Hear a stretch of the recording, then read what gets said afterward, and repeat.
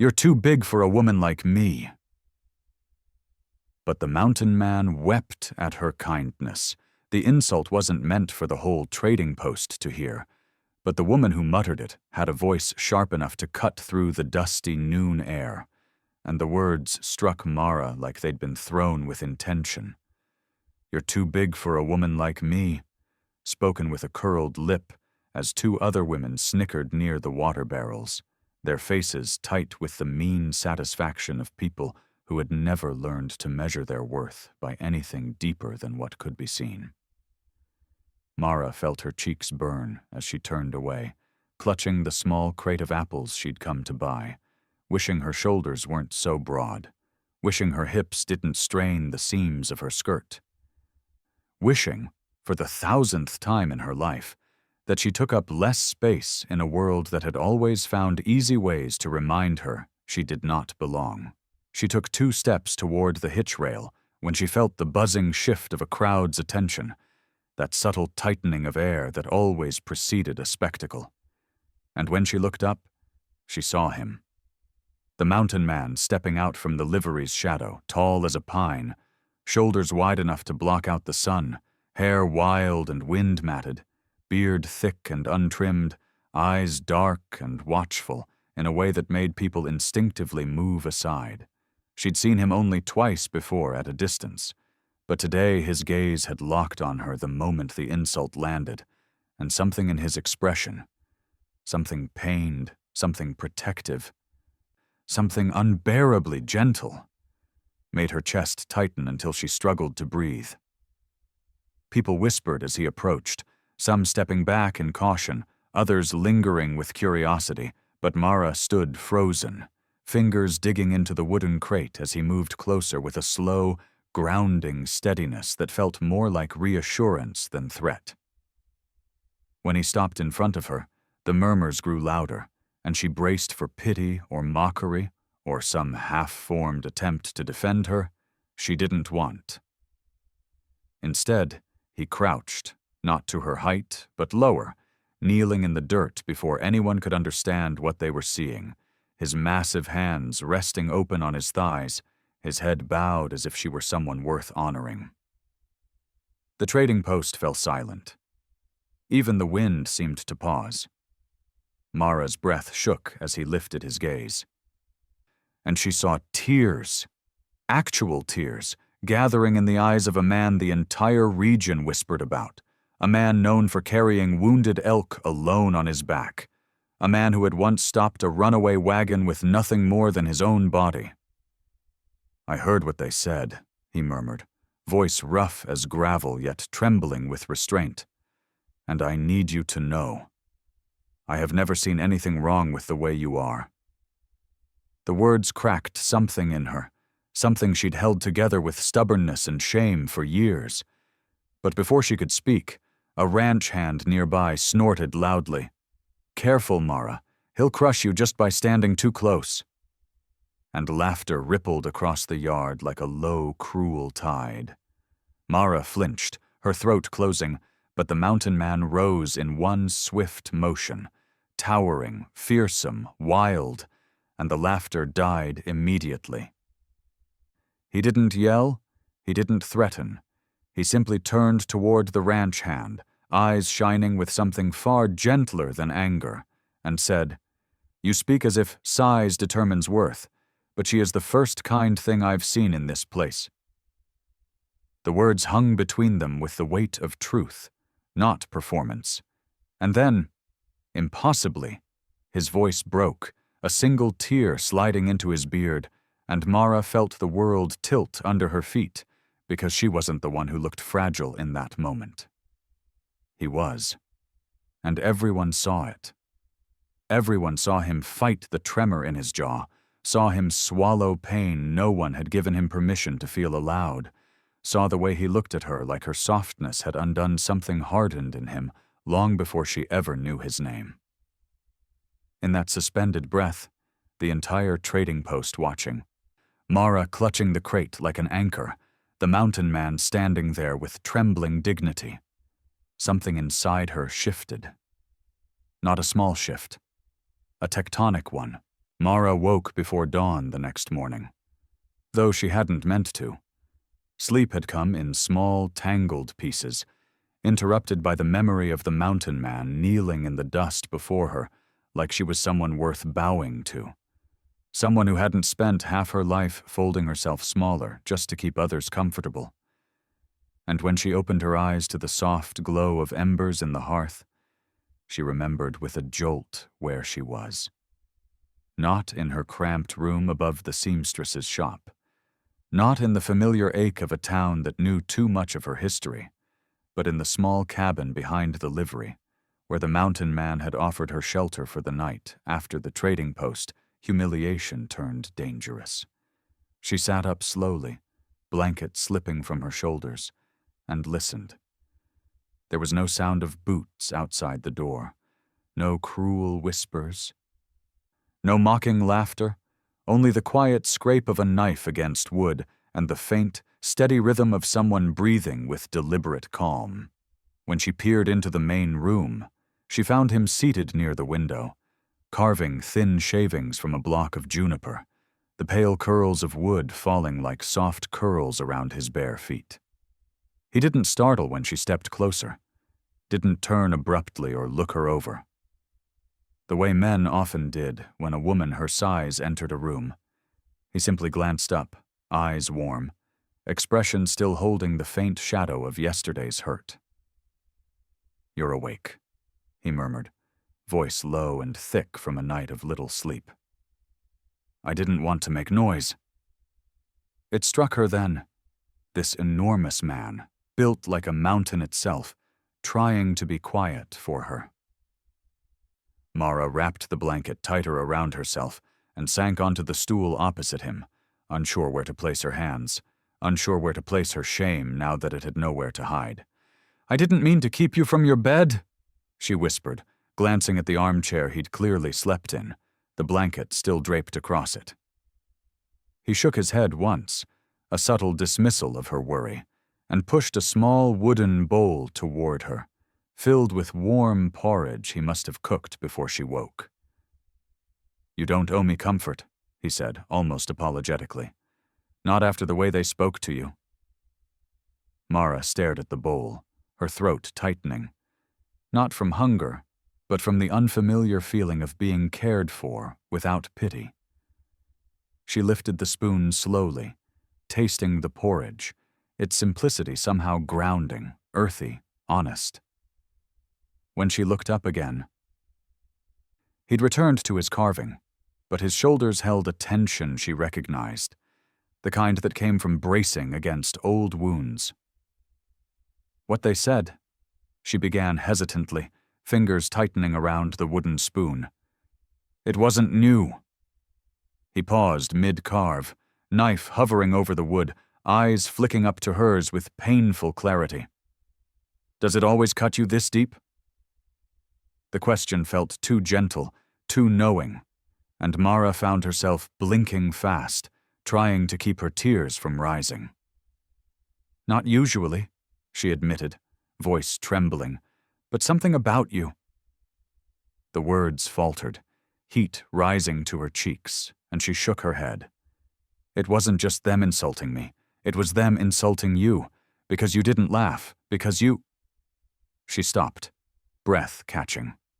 He set the knife down carefully, as though lowering a weapon, and leaned forward.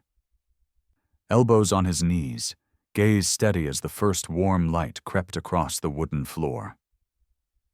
"Kindness is not weakness," he said quietly.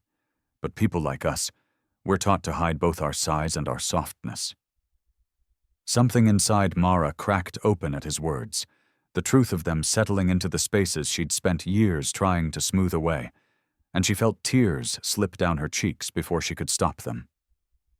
She turned her head, ashamed, but the mountain man rose slowly, moving with the gentleness of someone approaching a wounded animal, and draped a thick wool blanket, his own, around her shoulders, tucking it in with careful hands. "You don't need to make yourself smaller here," he said, voice breaking faintly, and for the first time in her life, Mara believed someone meant it. Her tears weren't from hurt anymore. They were from safety she had never known. By midday, the cabin felt too small for the storm of thoughts inside Mara's chest. So when the mountain man, who finally told her his name was Calder Boone, spoken shyly, as if unused to offering pieces of himself, said he needed to haul supplies from the ridge trail, she agreed to go with him, grateful for the open air, though not for the uneasy awareness prickling along her spine.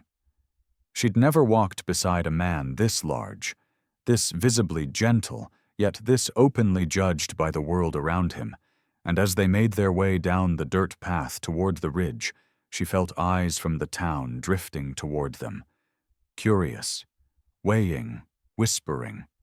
Calder carried the heavier load without strain, a bundle of rope over one shoulder, a sack of grain under his arm, while she held only a small tin of nails and a folded tarp. But somehow she felt heavier than him, her thoughts thick with the words she had heard yesterday. "You're too big for a woman like me," echoing in her skull even as she tried to push them away. Calder seemed peaceful, walking in comfortable silence, until they reached the crossroads where the trail met the trading route, and two men from the logging crew approached from the opposite side, wiping sweat from their brows, their shirts half open in the heat.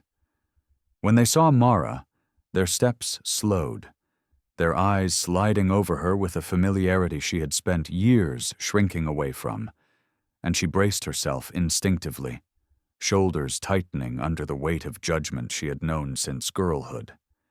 But when they saw Calder beside her, the men's smirks twisted into something meaner, something sharpened by cowardice.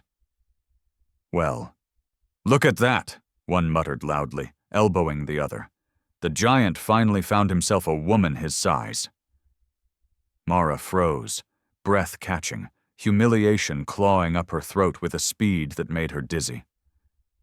Calder stopped too, slowly, deliberately, turning toward the men with a calm so absolute it made the air around them feel still. "Don't," Mara whispered under her breath, terrified he'd be mocked further, terrified she would be the cause of it. But Calder didn't move to fight, didn't raise his voice, didn't even step forward. He simply stood with a quietness that made the logger's bravado falter. "A man like you shouldn't scare so easy," the second logger taunted. "All that size and you still walk around like a kicked dog." Calder lowered the sack of grain, setting it gently on the ground, then reached into his coat and pulled out a small object wrapped in tanned hide. Mara blinked, stunned, as he opened it, revealing a delicate wooden figurine carved with tender precision. A small doe, legs tucked beneath her, ears tilted as if listening. "This is the last thing I carved for my mother," he said, voice steady but threaded with ache. "She used to tell me that the world measures strength by noise, but she measured it by gentleness." The loggers stopped laughing. Mara felt her breath leave her in a trembling rush. Calder held the carving out to her, not to the men, not as a shield, not as a statement, but as a gift, a piece of his own wound placed carefully in her hands. "You're not too big," he said softly, voice shaking with honesty the whole trail could hear. "You're too kind for people who don't know how to hold that." Something inside Mara broke, not in shame this time, but in recognition, in understanding, in the shock of being truly seen. She felt the weight of the carving in her palm, warm from Calder's touch, sacred in a way she didn't have words for. The loggers muttered something under their breath and walked on, suddenly less powerful, suddenly smaller. Calder didn't watch them leave. He watched Mara instead. Her throat tightened as she whispered, "Maybe the world was wrong about both of us." Calder swallowed hard, blinking back the emotion gathering in his eyes, and nodded once. "Maybe," he said. "Or maybe it's just finally quiet enough for us to hear the truth." And for the first time she didn't shrink. Not from her size, not from his, not from the eyes of the world. She stood beside him, shoulders squared, breathing deeply, as something in her chest settled into place like a long-lost piece finally found. The clouds drifted low over the ridge as Mara and Calder continued toward the trail camp, the path narrowing into a gentle slope dotted with willow shrubs and patches of late-summer wildflowers. And though the sting of the logger's mockery still heated her cheeks, Mara felt something new settling beneath it, a steadiness, a quiet courage that surprised her each time she caught Calder looking at her as though she were the only thing in the world not capable of hurting him. They reached the small clearing where the trail crews often rested, a place marked by a rough-hewn bench and a water trough, and Calder set down the grain sack with a grunt while Mara unfolded the tarp beside him, trying to help despite her hand still trembling from the encounter. She bent to retrieve a loose tent peg, but her boot slid on a patch of damp clay hidden beneath the leaves, and her body pitched forward with an awkward gasp. Before she could brace for the fall, Calder's arms wrapped around her, one around her waist, one catching her elbow, lifting her so effortlessly that her feet dangled for a breath before touching ground again, her face pressed briefly to his chest, her heartbeat hammering against the steady drum of his. For a terrifying moment, she expected laughter, the kind she'd heard her whole life whenever she slipped, whenever she moved wrong, whenever her body took up too much space. But instead she heard a startled, soft snort of amusement from Calder, a warm, unguarded sound that made her blink up at him in disbelief. He released her slowly, hands lingering for a heartbeat too long at her waist. His cheeks flushed beneath his beard as he murmured, "You all right?"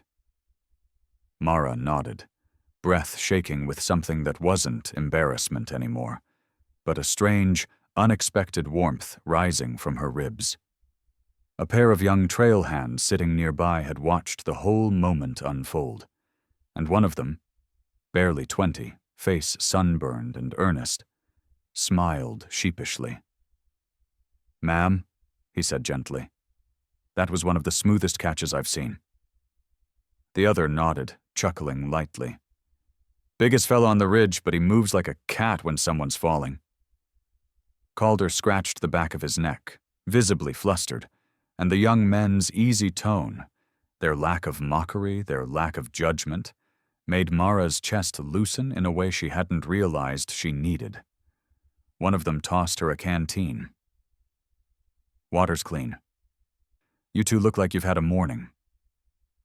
Calder accepted it first, but handed it to her, waiting until she drank before taking a sip himself. The air around them softened. No sneers, no sharp whispers, just quiet, curious acceptance.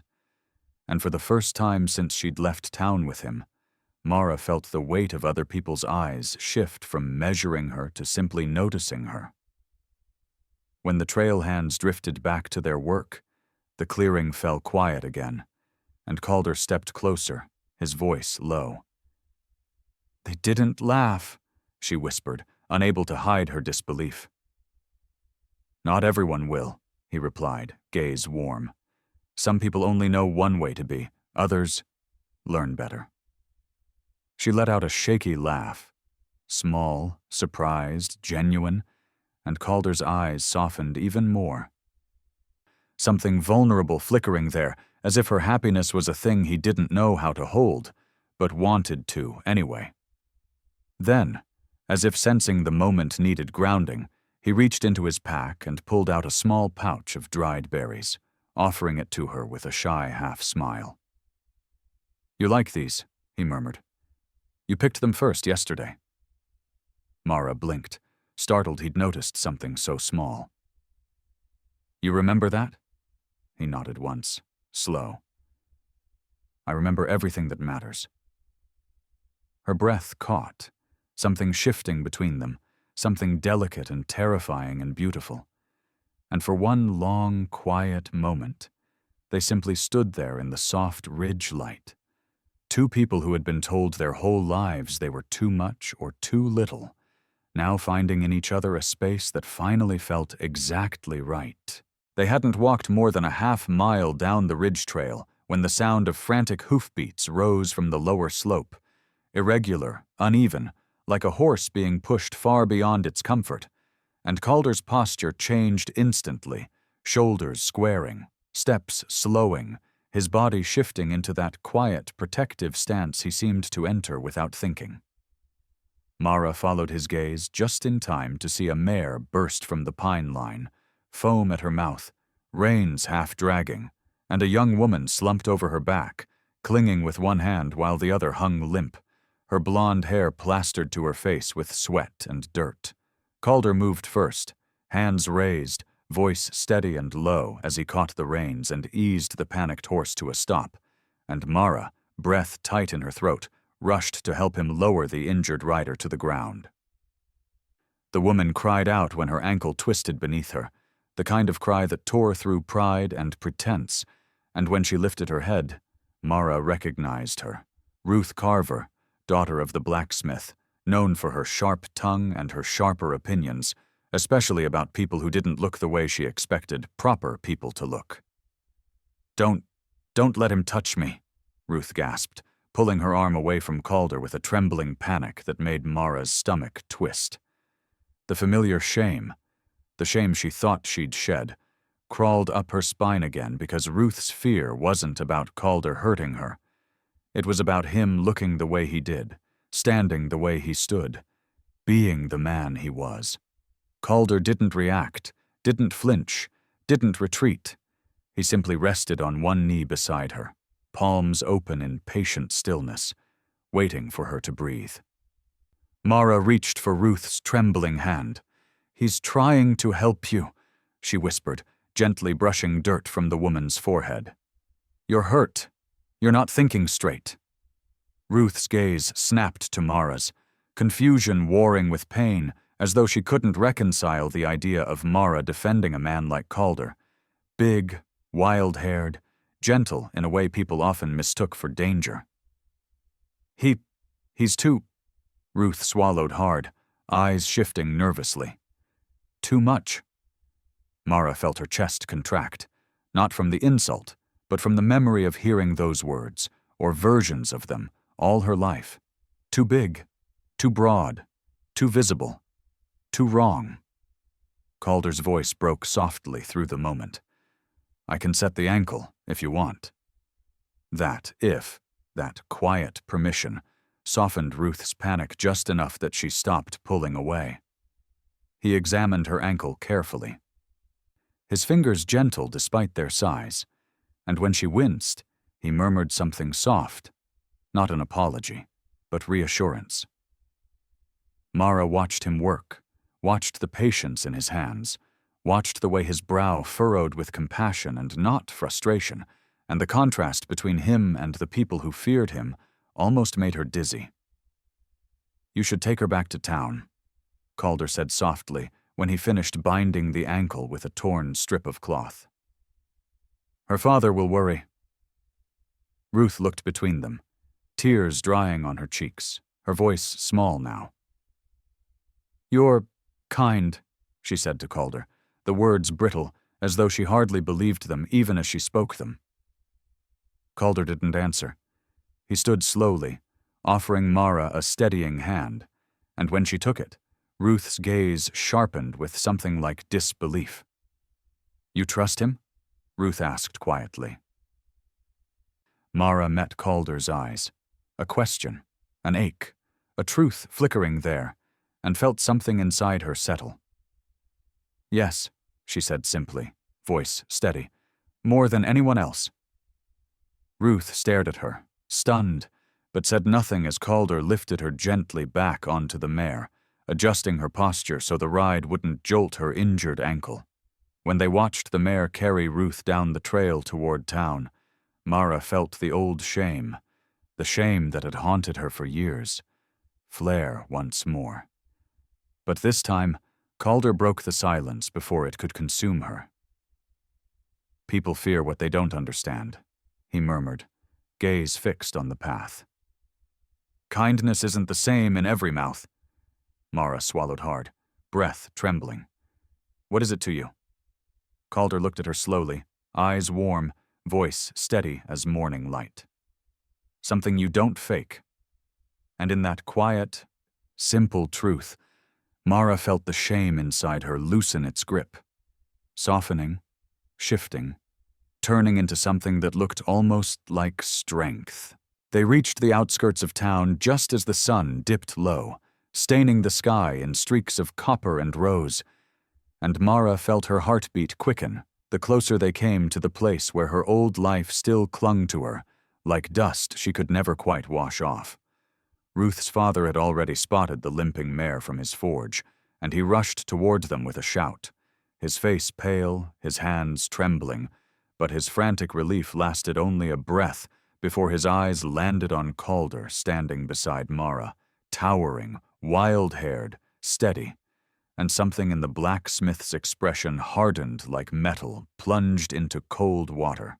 "What did you do to my daughter?" he barked, stepping between Ruth and Calder, as though defending her from a threat, rather than thanking the man who had kept her alive.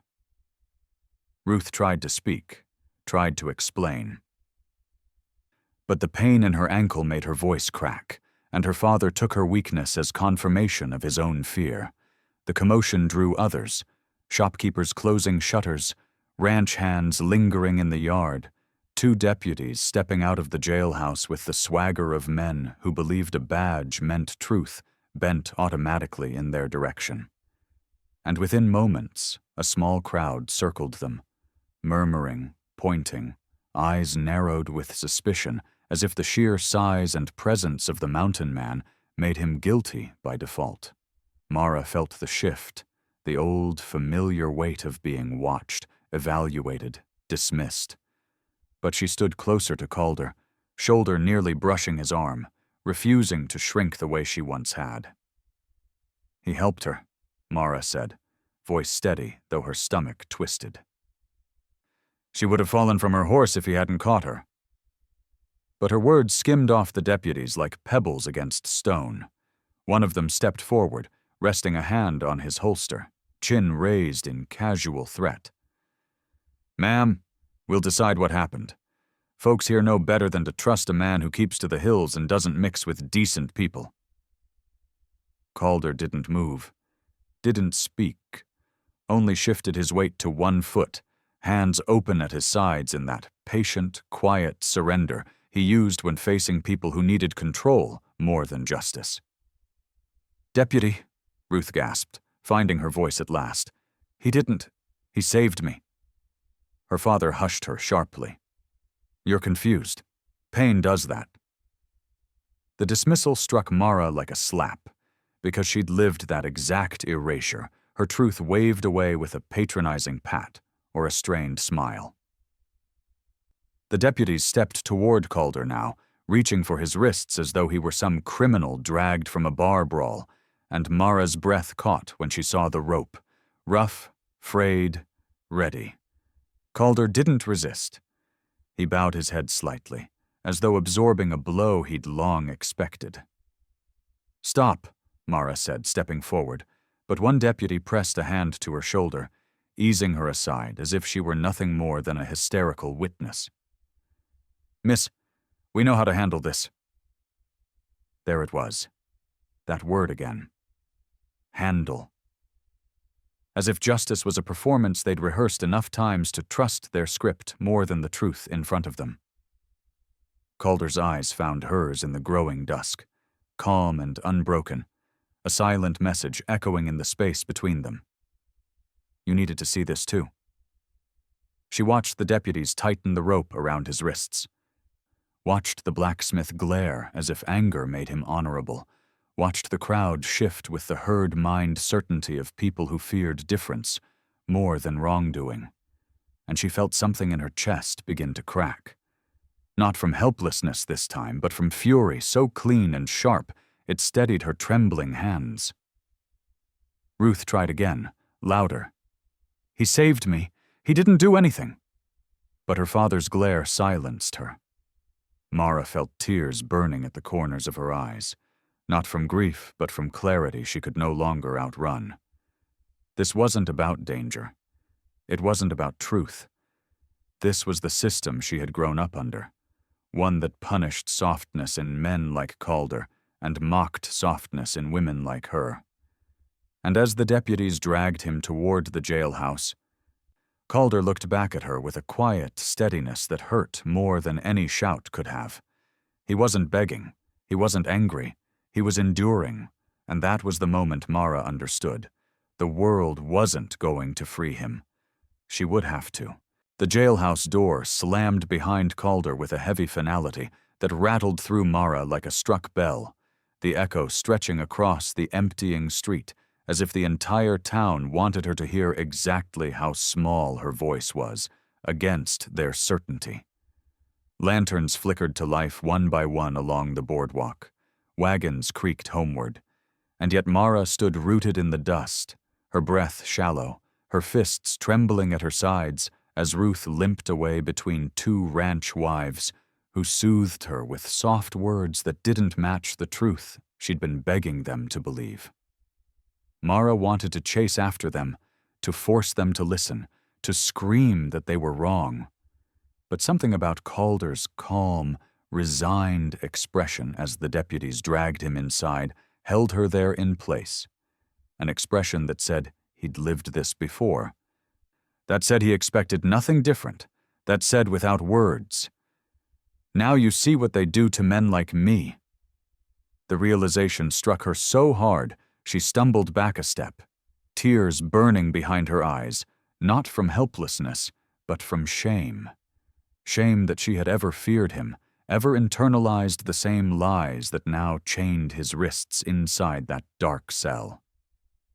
The sheriff strode out onto the porch then, wiping sweat from his brow, his badge catching the lantern light. "Miss Mara," he said in that measured tone men used when they wanted to sound kind without actually offering kindness. "You go on home. This'll be sorted by morning." Sorted. She swallowed hard, her voice hoarse. "He didn't hurt her." The sheriff nodded slowly, like humoring a child. "You're upset, I get that. But a man like him, mountain folk, wild blood, short temper." "He doesn't have a short temper," she snapped, surprising even herself with the force of it. The sheriff stiffened, lips tightening. "Ma'am, you'd do well not to get involved in things you aren't equipped to understand. You're kind-hearted. That's good. But that man could snap you in half without meaning to." Mara felt heat crawl up her throat. The exact same belittling tone she'd endured her whole life, the same patronizing pity, the same gentle cruelty disguised as concern. And something inside her broke open so sharply she took a step forward before she knew she was moving. "You don't know him," she whispered, voice trembling with fury she no longer cared to hide. "You don't want to." The sheriff's jaw clenched. "Mara, go home." She didn't. Instead, she turned. Skirts gathering dust as she marched across the street toward the large window of the jailhouse, where the lantern inside threw a warm square of light across the dirt. She pressed both palms to the glass, breath fogging the pain, searching, until Calder stepped into the lantern's glow, his wrists bound, his shoulders slumped not in defeat, but in the heavy patience of a man who had learned to carry other people's fear like a weight he never asked for. When he saw her, something softened in his expression. Not hope, not pleading, but a quiet, devastating understanding. He stepped closer, as far as the restraints allowed, and lowered his head until his forehead rested gently against the bars, the closest he could come to touching her. Mara's tears spilled silently as she pressed her hand to the glass in front of him. "I'm so sorry," she whispered, voice cracking. Calder shook his head once. Slow, deliberate. "No," he murmured, his voice muffled through the window, low and steady. "You needed to see." The same words he'd spoken on the ridge, the same patient truth he'd carried alone for years. A sob caught in her throat, not of despair, but of clarity so sharp it felt like stepping into cold water. She realized in that moment that the life she'd lived till now, the shrinking, the apologizing, the swallowing of truth, was done. She lifted her chin, wiping her tears with the back of her hand, and whispered through the glass, "I'm not leaving you here." Calder's breath hitched, a tiny tremor she barely caught, but he didn't argue. He didn't tell her to run, didn't tell her to stay safe. He simply looked at her with a trust so complete it shook her to her core. "What will you do?" he asked softly. Mara steadied her breath, feeling strength rise where shame used to live. "Whatever it takes," she said. "I won't let them decide who you are." And as she stepped back from the window, dust swirling around her ankles like the first stir of a storm, she made her choice. Not of safety, not of reputation, but of truth. Calder Boone would not face this world alone.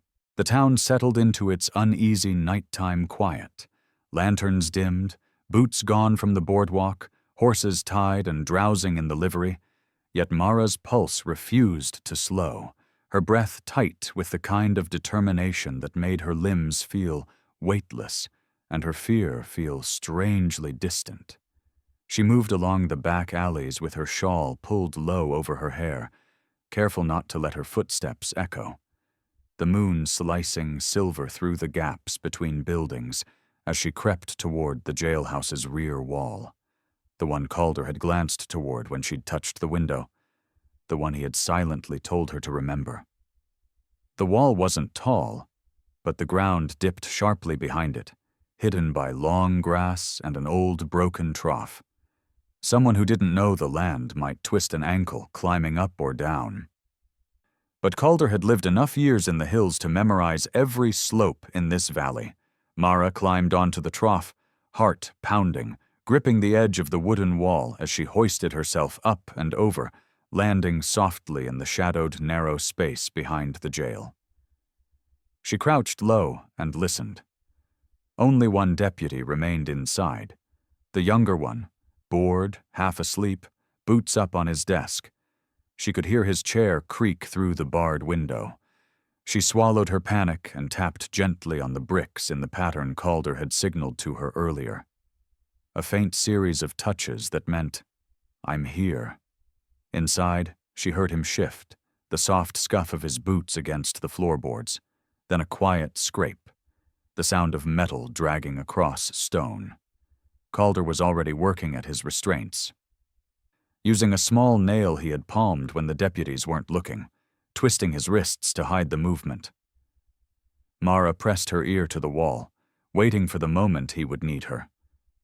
The deputy yawned loudly, muttered something about wishing he were home, then stomped to the front door. She heard him step outside to smoke, heard the rasp of a match, the drag of breath, the soft grunt of someone settling into a lazy stance against a post. This was their chance. Mara slipped to the back window where the bars were rusted at the bottom. Calder had noticed it days ago when passing by and had remembered, as if anticipating a moment like this.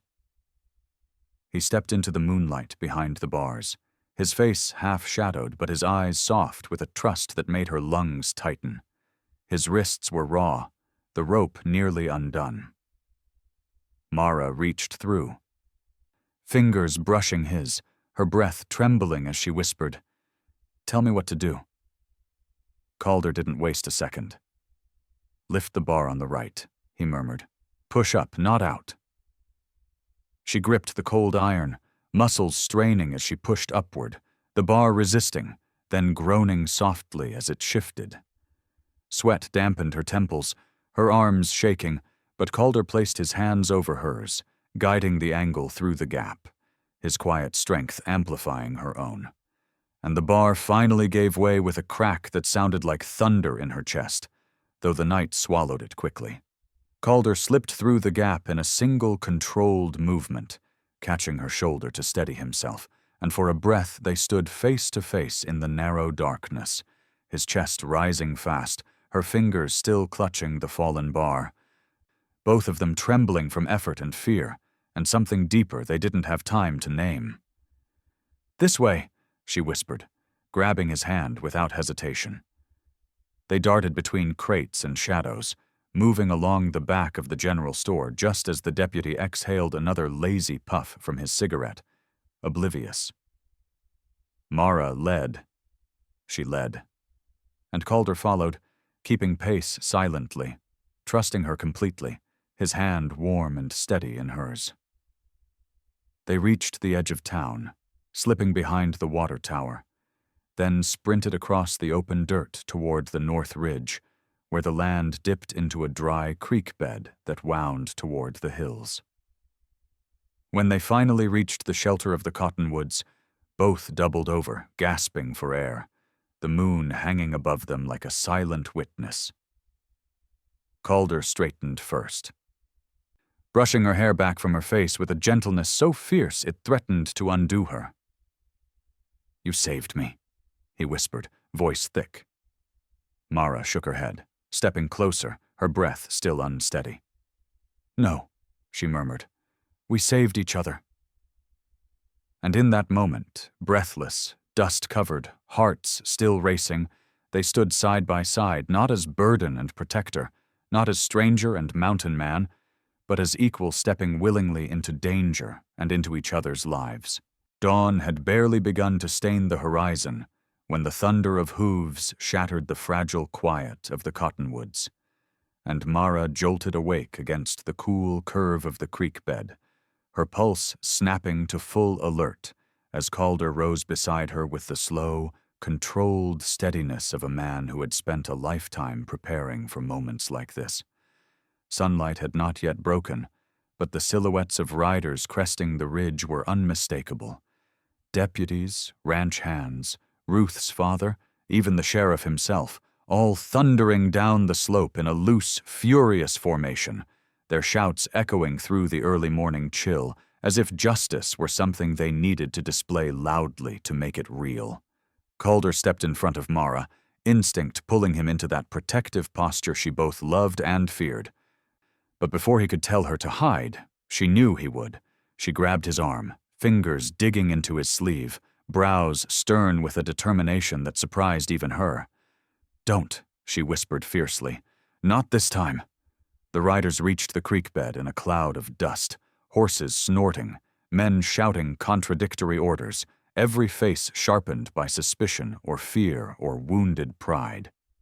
The sheriff dismounted first, boots slamming into the dirt as he marched forward, his badge catching the thin morning light. "Mara," he barked, "step away from him. You don't know what you're doing." She didn't move. Calder exhaled slowly, his voice soft, almost pleading. "Mara, please, just get behind me." She shook her head, stepping forward instead, placing herself not behind him, not beside him, but in front of him, her skirts brushing the dust. Her chin lifting with a courage she hadn't known she possessed until his life forced it out of her. The sheriff's jaw clenched. "Girl, you're making this worse." "No," Mara answered, her voice steady in a way that silenced even the restless horses. "You made it worse the moment you decided fear mattered more than truth." The sheriff scoffed, folding his arms. "Truth? You think you know truth? Your entire life you've—" He stopped when Calder stepped forward with a quiet authority that pulled every gaze toward him. "Don't speak to her like that," Calder said, voice low but carrying the weight of thunder hidden beneath distant clouds. "She's braver than any man here." The words hung between them like a suspended hammer, and Mara felt her heart stutter, not because she needed his defense, but because he had given it without hesitation. Without shame. Ruth's father pushed forward then, face mottled with embarrassment and anger. "My daughter was hurt," he growled, "and you expect us to take the word of a wild man who hides in the hills?" Mara stepped closer, her voice ringing across the creek bed. Your daughter did speak. You just refused to hear her. She told you he saved her." She saw Ruth then among the riders, pale, shaken, perched on her father's horse, her injured ankle bandaged tightly.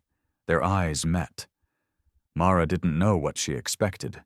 Fear, confusion, guilt. But Ruth surprised her. She straightened, gripping her father's coat, and called out with a trembling voice, "Pa, he didn't hurt me. He saved my life." The crowd rippled with unease. A few lowered their weapons. Others exchanged uncertain glances. The sheriff looked ready to argue again when Mara stepped fully into the open, shoulders squared, heart hammering so loudly she was sure the entire valley could hear it. Calder reached for her hand behind her, hesitant, as if afraid he didn't deserve the contact. So she took his hand herself, threading her fingers firmly through his, lifting their joined hands high enough for every man and woman in the valley to see. "I choose him," she said, voice steady, clear, unwavering. "I choose him because he is the only one who has ever treated me with dignity, because he knows gentleness is strength, because he saved Ruth, and because none of you, not one, ever bothered to see him clearly." The sheriff opened his mouth, but she spoke louder, her voice carrying across the creek like a declaration carved into stone. "You call yourselves decent, but you shame kindness and protect cruelty. I won't live by those rules anymore." Silence swallowed the valley. No jeers, no murmurs, just the wind moving through the brush as if holding its breath. Then Ruth, with tears on her cheeks, whispered loud enough for everyone to hear, "She's right." The sheriff's shoulders slumped. The tension split like a weakened rope.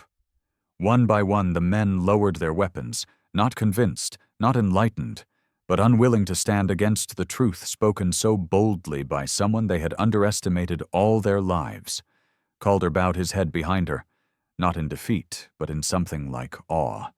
And when she squeezed his hand gently, he inhaled a shaking breath that sounded almost like relief. And in that moment, dust settling around them, the world watching. The morning sun bleeding gold into the sky, Mara realized she had not only claimed him, she had reclaimed herself. Weeks passed, soft as falling flower, slow as dawn spreading over the hills, and life settled into a rhythm Mara had never known. A rhythm without judgment, without sideways glances, without the constant ache of shrinking herself to fit into places that had never been shaped for her. Calder's cabin on the North Ridge had once felt too large for a man who lived so silently, but now it felt just right for two people who had spent years being told they were too much, and each morning brought a warmth that went deeper than the fire he built in the hearth before she woke. Mara tended the small garden he'd abandoned seasons ago, her hands sinking into the cool earth as she planted late beans and early squash, her breath steadying each time she touched soil that didn't judge her weight or her worth. Calder worked nearby, mending his tools with quiet precision, glancing up every few minutes as if afraid she might vanish like something he hadn't earned but desperately hoped to keep. The town whispered, of course, the blacksmith's wife muttering about that woman who ran off with the giant, the sheriff grumbling that he'd lost authority to a girl with more backbone than sense. But the whispers never reached her the way they used to. They floated like distant dust now, irrelevant, unable to pierce the peace she found each time Calder reached for her with hands that once carved delicate deer from cedar, but now learned the shape of her palms, her shoulders, her cheek. She saw Ruth sometimes, too, once hobbling along the fence line with her crutch, offering a shy wave. Cheeks pink with unspoken gratitude, and once Ruth's father even nodded at Mara in the general store, not with warmth, but with respect, the kind given to someone who had spoken a difficult truth aloud. But the moment everything changed, the moment the world truly began to stitch itself back together, came on a mild evening when Calder stood by the creek behind the cabin, his boots off, his trousers rolled to his knees, the breeze tugging at his hair like a child playing. He held a tin cup in one hand, filling it with cool water as Mara approached with a basket of clean linens. She hesitated only a moment before stepping beside him, her reflection shimmering faintly beside his in the creek's soft current. And for the first time in her life, she didn't flinch from her own image.